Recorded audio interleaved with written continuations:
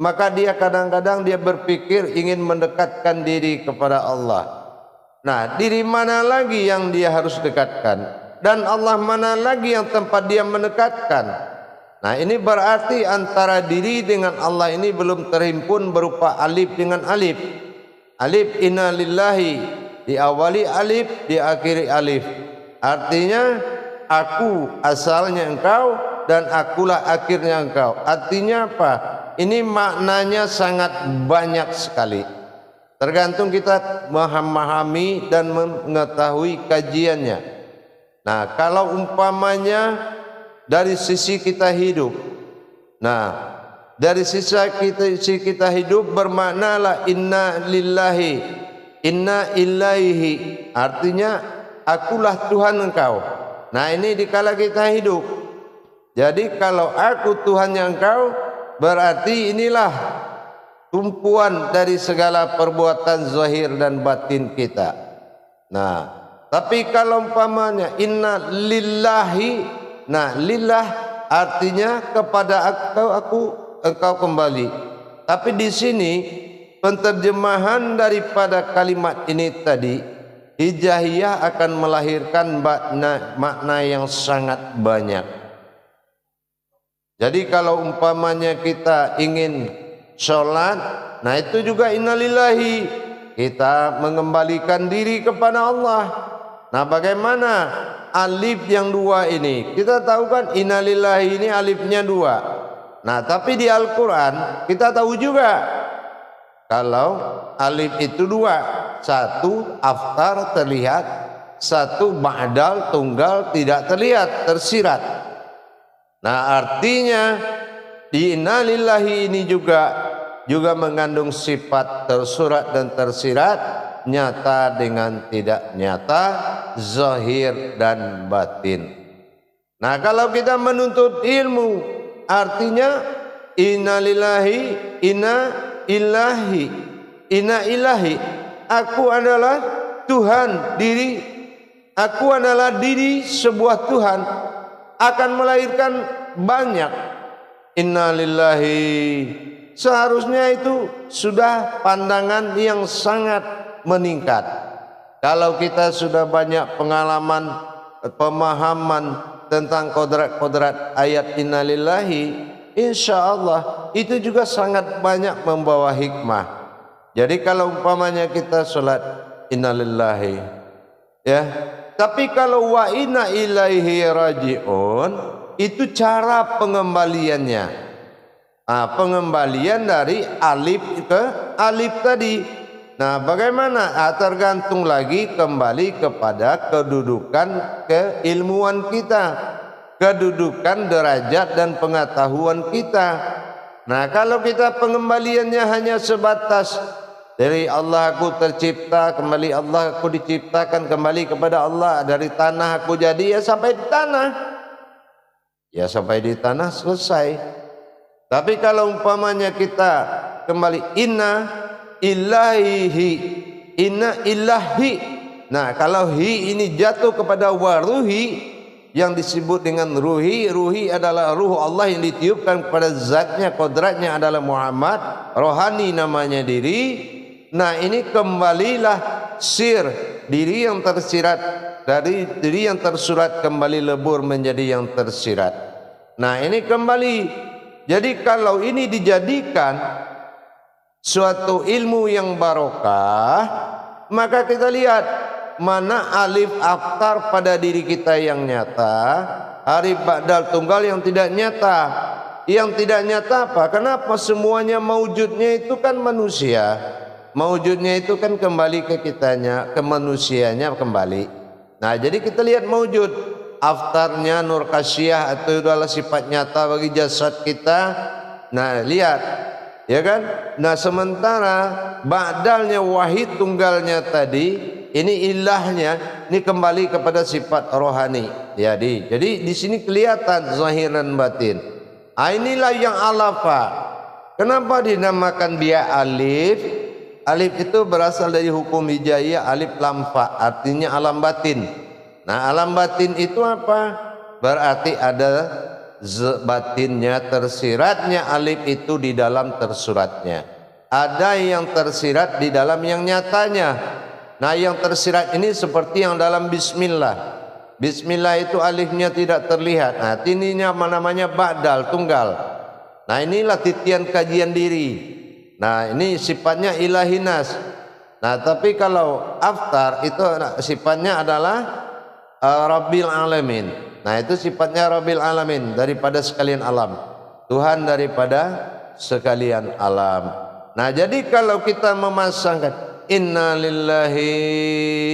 Nah, jadi kalau kita mengkaji dan memulangkan diri kita saat mau tidur, saat mau kemanapun bepergian, inna lillahi wa inna, dan sesungguhnya saya ilaihi, berasal dari Tuhan, ruhku ji'un, dan kembali kepada batin, lenyap di situ. Nah, setelah lenyap kita berjalan.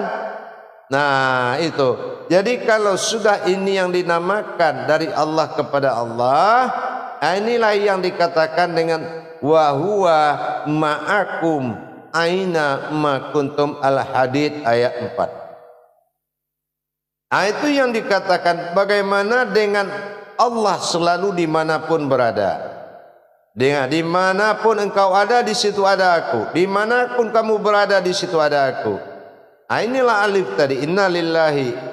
Jadi kalau umpamanya kita dalam menjalankan hajat, atau ingin bepergian, atau ingin tidur, selalulah kita di dalam kandungan Allah Subhanahu wa ta'ala, di dalam lamunan kelimahnya, inna lillahi wa inna ilaihi raji'un.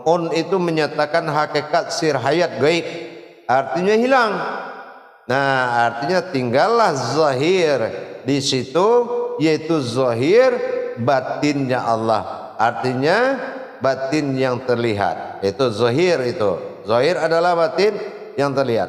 Jadi kalau kita selalu di dalam inna lillahi, makanya kalau ada yang meninggalkan dunia ini, nah di sini banyak pemahaman. Jadi kalau kita tingkatkan pengetahuan iman kita, maka inna lillahi ini akan melahirkan makna hakikat yang sangat luas, yang sangat berbeda.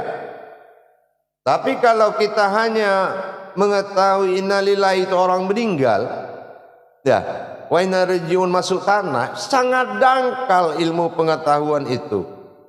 Tidak pantas Tuhanmu Allah kalau hanya kemampuanmu sebatas begitu. Kenapa? Allah itu maha tinggi dan derajatnya maha dimuliakan. Makanya kita harus berilmu itu yang pantas dan masuk akal. Artinya apa? Kalau kita derajat pengetahuan Islam kita ini atau keselamatan kita ini sedikit, maka ya keselamatan kita juga akan tidak terurus. Makanya Islam itu ya ayyuhallazina amanu, orang-orang yang sudah diamankan, orang yang aman, yang amanah. Tapi kepada ayat Allah kenapa kita tidak amanah? Kenapa? Sudah jelas Allah selalu innalillahi dengan kita. Kenapa kita berpikir kalau mati baru innalillahi? Itu terlalu jauh kita dari prasangka. Terlalu jauh kita dari prasangka. Makanya kita harus kembali lagi, ya. Boleh kita memiliki suatu masukan pemahaman, tapi tidak boleh keluar dari pemahaman Allah. Al-Quran itu iqra, bacalah, imanilah, rasakanlah, nikmatilah, jalanilah, yakinilah. Banyak makna iqra itu. Jadi kalau kita tidak menikmati kenaikan derajat di dalam berilmu kepada Allah, akhirnya apa? Akhirnya kita menemui makom diri yang sangat tidak relevan untuk diterima oleh Allah, tidak bagus, ya. Artinya apa? Makomnya terlalu rendah. Jadi inna lillahi ini adalah suatu pernyataan tauhid diri kita kepada Allah. Inna illahi. Nah, kalau orang kita kaji seperti orang meninggal dunia, innalillahi, ya. Nah, oh iya, dari Allah dia berasal, wa inna ilaihi rajiun, pada Allah dia kembali. Apa Allah di bawah tanah? Apa Allah itu di bawah tanah? Apa Allah di bawah tanah? Coba kita pikirkan dengan akal sehat. Ya. Allah tidak di mana-mana, tapi di dalam dirimu sendiri. Wa fi anfusikum afala tubsirun. Jangan kita berpikir dengan kemuliaan langit dan bumi dan kita menuduh Allah di sana. Tidak. Allahul ladzi khalaqas samawati wal arda wa ma bainahuma. Aku jadikan 7 lapis langit dan 7 lapis bumi, tapi aku ada di antara itu. Maka kita harus mencari jalan bagaimana dengan Allah selalu dimanapun berada. Iaitulah dengan innalillahi tadi. Alif dan alif jaminannya. Alif itu alafa, kita dikumpulkan, artinya apa? Alif awalnya, alif akhirnya. Jadi kalau kita lihat dari sisi orang meninggal, umpama orang yang tidak punya kemampuan apa-apa, innalillahi wa inna ilaihi rajiun, telah berpulang ke rahmatullah Cianu bin Cianu, ya. Nah, itu sama sekali hajal sama di amaliyah, ikhlas dengan syariat. Air, api, angin, tanah, kulit, daging, urat, tulang masuk lagi ke dalam tanah. Dia tidak tahu tanah itu terbuat dari Ar-Rahman. Ar-Rahman itu Al-Quran, bukan tanah asalnya diri. Ya, kita paham, bukan tanah asalnya tanah. Coba tanya lagi, tanah itu dari tanah enggak asalnya? Tanah itu dari tanah enggak asalnya? Coba kita berpikir lagi, air itu dari air enggak asalnya? Air itu berasal dari mana? Apa wujud aslinya? Semua Ar-Rahman, semua itu Al-Quran, kodrat. Tapi kita tidak mau berpikir ikhlas jadi bangkai di dalam tanah. Inilah yang kita khawatirkan. Jangan kita merendahkan kodrat dan derajat Allah pada diri. Sesungguhnya diri itu adalah derajat dan kodratnya Allah semata. Muliakan.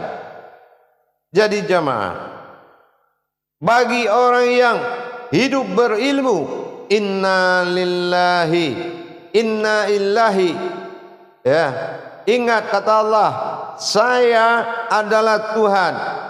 Nah, ini orang yang berilmu dan beribadah, dia tidak merubah tauhidnya. Buktinya mana?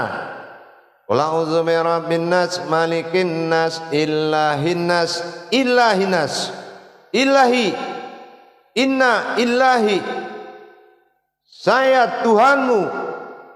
Nah, ya, jadi di situ ketahuan di surat An-Nas, inna ilahi, ilahinas.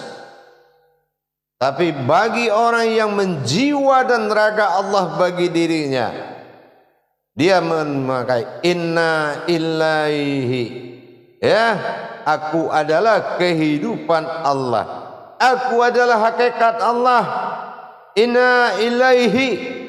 Nah, ada hidup di situ.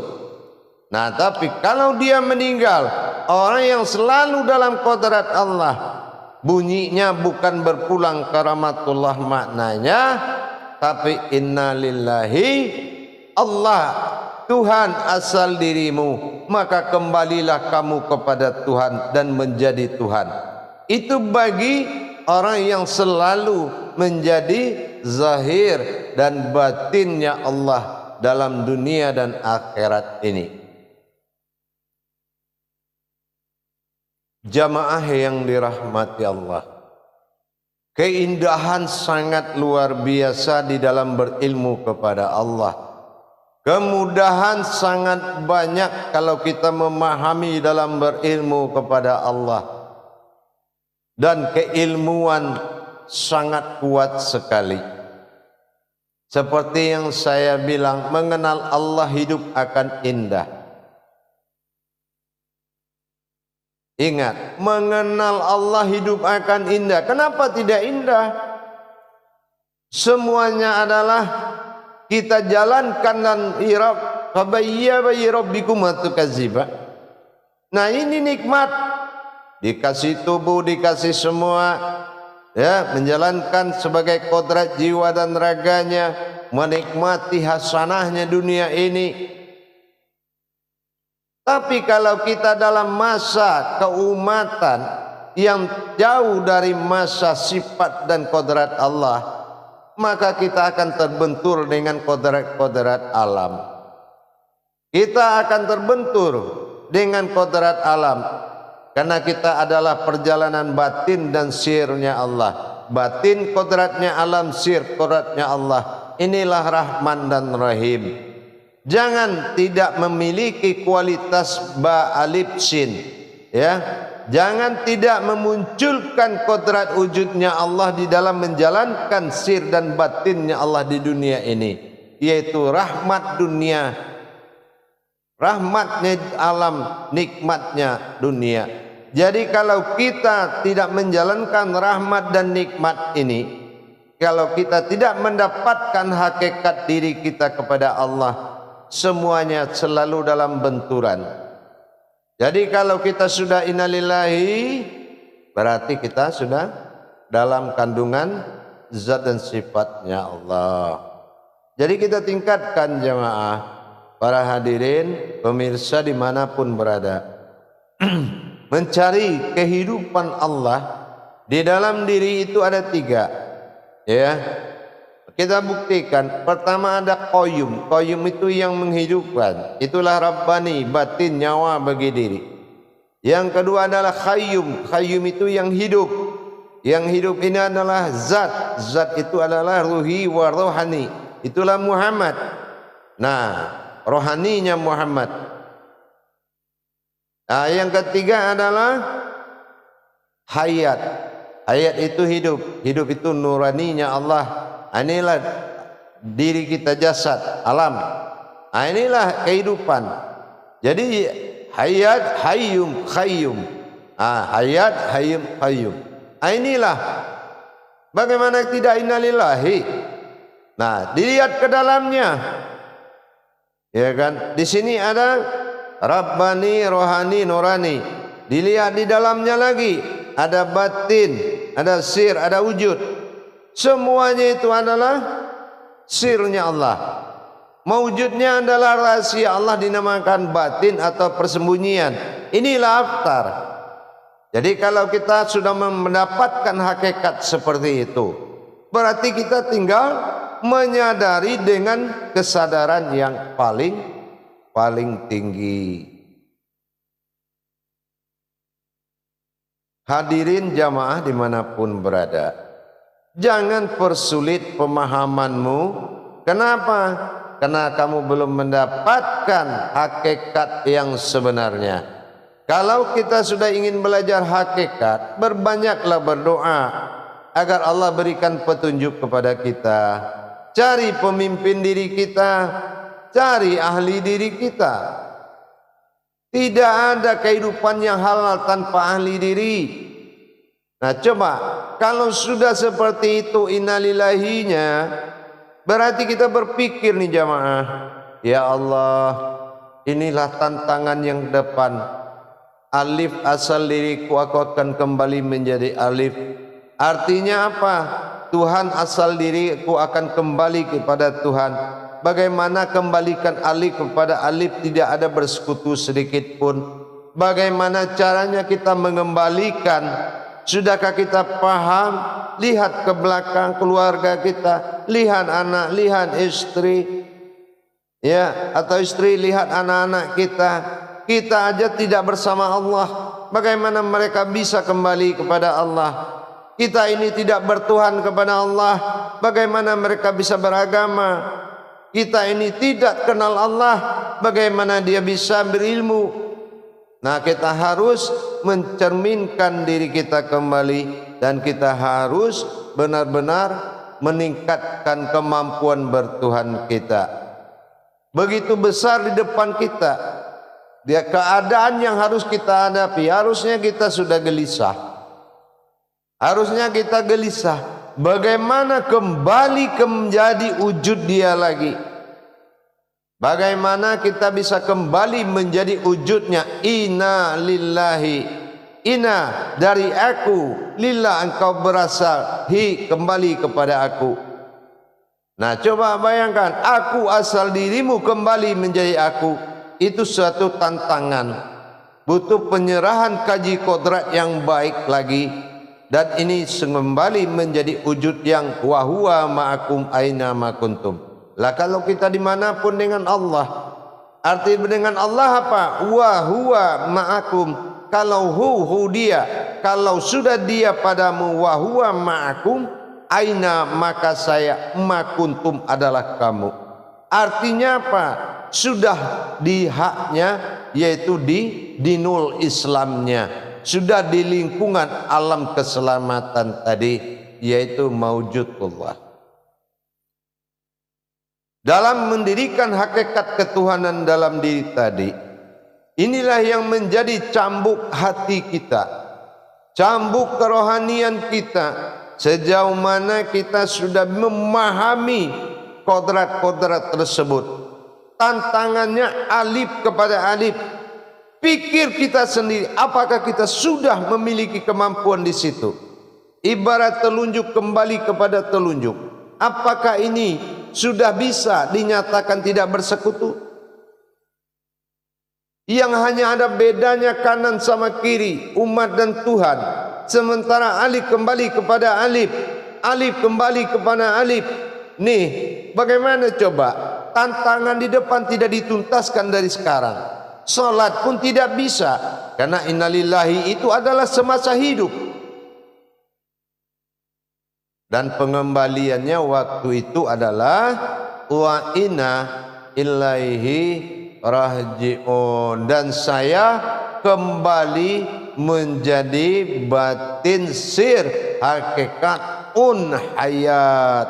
Jadi bagaimana kalau dia sudah kembali dari masa nyatanya menjadi sir kembali, kembali. Ini tugas kita, dan ini harus bisa dibuktikan 5 kali dalam sewaktu sholat paling sedikit, dan 24 jam rutin harus. Wa huwa ma'akum aina ma kuntum. Dimanapun kita berada, di situ Allah itu ada. Artinya aftar ba'dal selalu berdampingan dalam zahir dan batin diri. Jadi kalau innalillahi bukan nunggu kita meninggal dulu, tetapi innalillahi berdampinganlah kita dalam zahir dan batin Allah.